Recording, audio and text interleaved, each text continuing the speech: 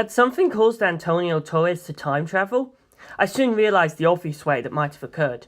Tsukumajuku had left La Palma and fallen through time in the Bermuda Triangle. He'd arrived in Nishiakatsuki in 2012. I remembered what Tsukumajuku had said in the hospital. Come to think of it, I had Antonio Torres 1900, his skin, in my luggage. Did it arrive here with me? I was gathering my belongings right before I passed out, and I'm certain I had the tube it was in slung over my shoulder. Tsukumajuku had disappeared in the Bermuda Triangle in 1904. If a zombie Antonio Torres had traded places with the skin sample and travelled through time with Tsukumajuku, then he'd been a zombie 4 years, so 2 to the power of 4 was 16, and that number was then reduced to 15. That number then doubled yearly, and 11 years later, 1915, during the attempted invasion of England, those 15 would be 2 to the power of 10, and 15,360. Assuming 1,000 had died that day, 14,360 would increase over the 5 years until 1920, and including the peeling day from 15, that was 2 to the power of 6, giving us about 919,040 Antonios. Since the assumption that 1,000 had been lost in 1915 was a high estimate, the final figure of 919,040 was fairly close to how many there actually were. So Antonio Torres wasn't hiding another 60,000 of himself somewhere. The 2 to the power of 20 math simply hadn't reflected all actual events. One Antonio Torres had left 1904 and was making zombies in 2012 in Nishiakatsuki. How long had it been since Tsukumajuku arrived in Nishiakatsuki? It was less than a day, I was sure. But if their movements were already visible, that spoke volumes about how fast and strong they were at propagating. No. In 2012, there were already zombies. I just hadn't known about them. Had they made contact with Antonio Torres and started the outbreak, in both Japan and Italy? Seemed a bit too far apart, but maybe it had something to do with Morio and Nero turning into rhinoceros beetles? Of course it did. There's no way that was just coincidence. Here in England, the island of Great Britain, Penelope had said she'd made a wall out of the zombies, but if that was the armour and it were to grow legs, and this massive island turned into a really huge rhinoceros beetle? This thought made me jump to my feet. I went out of the room, up to the bridge, up a ladder, opened the hatch, and looked up at the orange western sky from the highest place on Das Boot as it sailed through the forests and meadows on its way to London. The sky was still fairly bright. There was no substantial difference between the sky now and the sky when we'd first arrived. The west was bright and the east dark, stars and moon visible in only half the sky. We'd been here over 2 hours, but the sun still looked to have just vanished over the horizon and stuck there. Or in this world had time itself stopped? Or, I thought, was this island racing after the sun across the surface of the ocean, onwards to the west, towards the centre of the Atlantic Ocean, the ocean that didn't exist in my world? But if we were keeping up with the sun, we must be going really fast. Was it the armour that kept us feeling the G-forces and wind? When Morio started moving, we hadn't noticed until our cross house moved, and we looked down at the sea from the top of the hill. Same thing. No joke. Great Britain was the 3rd rhinoceros beetle. We were riding the back of it again. Someone else came up on the bridge behind me, asking what was up, and of course it was Enrico Pucci, and I figured this religious fervour had sniffed it out. But there was no way to stop his flow now, and it would likely take us to whatever resolution lay in store. I filled Pucci in, and before I was even halfway, he'd figured it out, and got that gleam in his eyes. We only need one more rhinoceros beetle, a spiral staircase, 2 singularities, and the secret emperor. What about the fig tart? Pucci turned and looked at me. Didn't you notice? Notice what? When we fell to earth, Kars's body began to burn with a sweet scent. That was the smell of a fig tart. I was a bit disgusted, actually. I noticed it was a fruity scene, but the reason I hadn't compared it to smells in my memory because it was the smell of burning flesh. Perhaps not human flesh, but of something humanoid that spoke like a man. Perhaps experiences akin to religious miracles overcame basic human impulses like that, or perhaps he just never cared for such things in the first place. Also, Pucci said, heedless of the look on my face, in many countries, figs are believed to be the fruit of immortality, and in the Old Testament, 2 Kings 27, they are described thusly. The prophet Isaiah came to a rich man, Hezekiah, and knew at once there was no saving him. Set your house in order, for you shall die. You cannot live longer. As Hezekiah wept and prayed to God, Isaiah turned to leave. And God spoke to him. Isaiah returned to Hezekiah and said, Take some figs and put them on that swelling, and you will be cured. Well, seems appropriate that Kaz's body smelled of figs now, doesn't it? He fixed his eyes on me, waiting as I desperately tried to come up with any sort of response, when from down below I was surprised to hear the pebble phone go blum blum blum blum blum. Wow, I know they ignored the laws of physics, but to this degree? Narancia called up to me. Hey, George! Where are you? Up here, I said, going back inside the ship. Narancia gave me the phone, muttering, Not like I'd understand any of it. Hello? Pucci here. Where are you? Wasn't that you falling on Morio earlier? I think it was, but we've round up somewhere far away, in a way, even farther than Mars. Huh? What do you mean? Stop beating around the bush and speak clearly. We're in England, the island of Great Britain. What? No such country or island exists. We're in a universe and time when they did. A world before the universe died and was reborn. Although I'm not sure saying that clears up much of anything. It certainly doesn't. Be that as it may, are you able to get back here? We're attempting to begin looking for a way to do that. Right. How are things over there? Did anything happen to our cross house? I think our spaceship hit it. It did. You crashed through the ceiling and made a dent in the floor. But it's fixed now. The building itself is basically a stand, apparently. The stand girl controlling it is fine too. Oh, good. That's a relief. The main casualty is the manga artist's desk. He was quite irate. What about the American army? Thanks to you and Narancia, only minor injuries on either side. No one dead or seriously injured. The Navy units that landed are already starting to surrender. Apparently they are unable to contact HQ at all, and nobody can get in or out. After you crashed, Morio's barrier came back up. The sky's gone pitch black, no moon or stars. Since there's next to no functioning electricity, the entire town is shrouded in darkness. Only our cross house still has lights, water and gas, thankfully.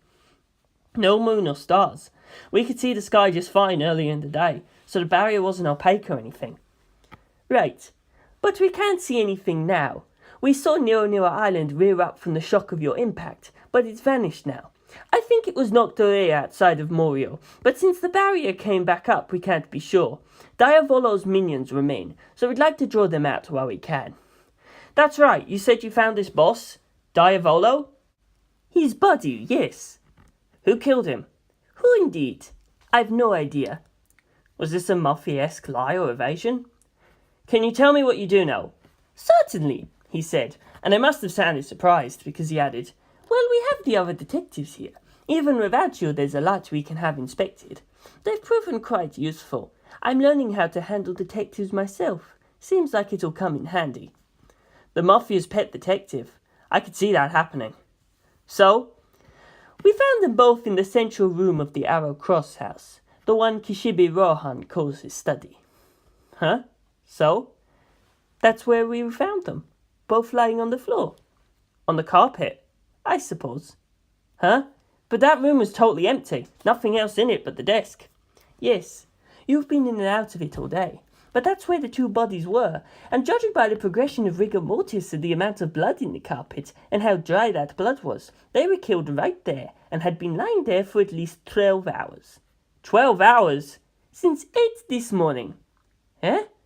But that's right after Sukumajuku's body was found, and tons of cops were going in and out, and yet 2 people were murdered there and nobody noticed the bodies? That's the long and short of it. It is a mystery. But Joestar, is there really any need to solve it? The dead are a mafia boss and a serial killer. I'm not exactly an honest citizen myself, but we're better off with both of them dead. But you've verified both bodies' identities? Yes. Want to see? If there's a way to, sure. Then I'll send them to you. Don't tell anyone, but this is a Baccio stand. Videodrome. I wouldn't, I swear. So a display screen appeared on the surface of the pebble, showing 2 files. First one. First shot was of 2 male corpses on the floor. I'd never seen either face before. One was Japanese in a suit, thin, with hair that was well combed, except for a few stray hairs clearly deliberately let loose to suggest fun, in a way that just made him seem all the more fastidious. He was reasonably handsome, but there was something plain and unmemorable about his face, a quality that I knew was really common with serial killers. This type made it a daily effort to not stand out and not draw attention. The other had an obviously sinister set to his face. He had long hair with a bizarre speckled pattern. His eyes were open, but not only were they not rounded, they were twisted, frayed, as if the evil dwelling within had caused an unnatural transformation. He was so obviously weird I didn't see how he could ever live in normal society. The reason he'd hidden himself so thoroughly was clearly because, looking like this, it would be nigh impossible to find a double if his life was in danger, and it'd be very difficult to blend into the crowd or avoid being noticed when out in public. Both their throats had been slit, as deep as Tsukumajuku's wound, from ear to ear. They must have died instantly. This was filmed by someone crouching next to the blood-stained bodies. The crouching man was named Leone Baccio, one of Bucciarati's men. He first moved to the Japanese man, removed the suit, peeled off the shirt, and once the man's scrawny torso was revealed, plunged his hand into the stomach. His hand went deep into the body, 10 centimetres past the wrist, and felt around for something. When he pulled his hand out, there was a videotape in it. There was a title written on the spine in Japanese. Kira Yoshikage, July 24th, 2012. There were control buttons directly on the corner of the tape, and when he pressed the triangular play button, the tape unfolded until it was shaped like a man, the dead Japanese man, Kira Yoshikage, the serial killer who made people explode. He was in a state of absolute panic, covered in sweat, the last thing a man as fastidious and unassuming as this killer would want to be. Numbers appeared in the air, like a countdown in an old movie. 3, 2, 1. The man screamed and offered no real resistance as his throat split open, blood sprayed out, and he fell to the floor, dead. Ta-da! The words "the end" appears in the air. Huh? Was that it? Kinda anticlimactic, I thought. Kira's form began to writhe, then folded itself back up into the videotape it had started as. Next, Baccio reached towards the corpse of the white man with the ultra-weird hair and eyes, peeled off his shirt to expose his belly, and reached inside, rummaging around until he found a videotape. The title was written in Italian. A.K.A. Diavolo, July 24th, 2012. The white man stood up, but he was as beside himself as Kira, his face crumpled in despair. There was a stand behind him, humanoid but with a face like an insect, and another face on its forehead. The countdown began. 3, 2, 1. Ah! His throat split up, sprayed blood, and he collapsed. Huh? The same thing here? As I watched the tape fold itself back up, Bucciarati said, "That's it. Shortly after that your ship fell. It was all we could do to grab the bodies and get out." Okay, listen close, Joestar. Videodrome records everything that happens to someone for 24 hours after midnight, but cuts off at the moment of their death. You realize what that means? What? There's no record of them from midnight until 8 a.m., the estimated time of their death. Normally, Videodrome should be able to replay everything they did in that time, but no such thing exists for them. Until 8 a.m., this man was somewhere else, somewhere not of this world. They appeared out of nowhere in the Arrow Cross house just in time to die, lived for approximately 1 second, were killed, died, and then until quite recently, as piles of cops went in and out, and the home's residents went about their business, nobody noticed their bodies lying in the middle of the floor. But that's impossible. But it is the truth. Videodrome replays only truth. And yet, Jorge Joestar, this is a mafia boss and a serial killer. I may be a cold-hearted son of a bitch, but both of them were evil incarnate. This Kira Yoshikage was calling himself Karajiri Kosako.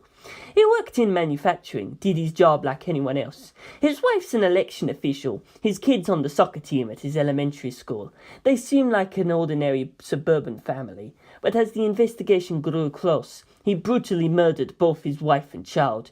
Someone on my team has a unique power that allows them to investigate these things, but he found trophies from over 100 different women in that house. And Diavolo killed far more than 100, and not all of those victims were from enemy crime syndicates. If someone was a problem for him, or if he merely stood to gain an advantage, he'd kill civilians, politicians, law enforcement, even his own men without hesitation. He forced the desperate poor to work for him and then abandoned them, sold the repentant children, licked the marrow from the bones of the rich, and forced the world around him and everyone he came in contact with to rot. These two men deserve to die. The world is better off with them dead, so don't worry about it. Huh? Get it? I'll put this plainly. Don't bother trying to figure out the truth behind their deaths. Don't do anything. If you want to write their killer a thank you note, that's one thing. But if you even consider trying to arrest them, in my opinion, you'll be barking up the wrong tree. Them dying is a good thing. Whoever killed them did us all a service. A service to all mankind. My head was going in circles, so I clutched it tight, asking, do we know their stand powers? Yes. Between Abbacchio's Videodrome and the owner of the Arrow Cross House's stand, we figured it out. This manga artist might be an eccentric, but he has the ideal stand for uncovering people's secrets. Of course, he'll do nothing he doesn't want to, even if you threaten him with force. But if you just convince him it's the right thing to do, he'll jump at it. That got a laugh out of me. Wish I could have seen Kishibe Rohan face down the Mafia. Kira Yoshikage's stand was named Killer Queen. Bucciolati continued. It could make someone explode directly or turn them into a bomb. Two types of bombs. Bombs Killer Queen had to trigger with a switch, and bombs that would explode on contact if someone touched them. It could even remove its left hand and turn it into a tank-like stand called Sheer Heart Attack that would operate automatically, tracking people via their heat signatures. And Killer Queen had one more power. Bites the dust. It remains a bit of an enigma, but it could turn someone into a bomb that would go off if anyone asked about Kira, or the bomb said his name. The moment it killed whoever was searching for him, it would somehow turn back time an hour. Only the person he turned into a bomb would remember the previous version of that day, but the fate of those he blew up would not change, and they would again explode even if the bomb avoided contact with them, with no apparent cause at all. Kira Yoshikage's bites the dust to turn Rohan into a bomb, and it could turn back time. Man, he really had the perfect power for what he was after. And the boss of our Passion family, who called himself the Devil, Diavolo. His stand was named King Crimson. He had a face-type stand on his forehead called Epitaph, and this could accurately predict the future, albeit for only 10 seconds. It could then erase that part of the future, leaving only the experience of it behind, with no other impact on what happened next. Say you ate something and felt full. He could use King Crimson to remove the part where you ate, leaving you with no idea why you felt full. He could predict the future and delete time. No wonder he survived so many assassination attempts. See guys, that's how it works. Bucciolati explained a few mysterious events experienced during syndicate betrayals and conflicts, but I wasn't really listening. I was thinking. Kira and Diavolo both had stands that could in some fashion manipulate time. That was tugging at my mind. Time. Arrow Cross House. Tsukumajuku had died in the Arrow Cross House, but he had travelled in time too. He'd come from England 1904 to Nishiakatsuki and died in Morio in the Arrow Cross House, but appeared out of nowhere in the middle of everything and taken me to Mars. Tsukumajuku had been the first to time travel, and he talked about beyond. The way he'd smiled made me just accept what he was saying, but the first time slip was entirely the fault of the Bermuda Triangle, or at least whatever it was that had created an area that, according to the legends, caused people and ships to vanish. I couldn't explain it, and the logistics of it remained unclear, but it felt like reason enough. But the second, when he'd taken me to Mars, what led to that? I couldn't see it. But obviously, time slip or whatever, if something happened there is a reason for it. I just didn't know what it was. But when Tsukumajuku had smiled, he had a reason for it, knew why he was acting, and could have explained it. Otherwise, nobody who called themselves a detective could ever be so carefree. He'd had no time for exposition, but Tsukumajuku had known everything.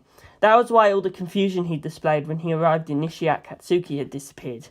Yeah, because Tsukumajuku had solved all the mysteries. He'd come to me and died. And the reason he'd spoken in riddles wasn't just because he didn't have time to explain properly, but because I was a detective too, and he was having a little fun at my expense. Like you still don't get it, do you? He was ribbing me because I was struggling with something I should have worked out by now.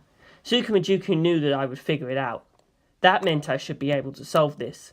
Being flung out to Mars and winding up in England in the distant past might seem completely batshit, but it all had meaning. I knew that.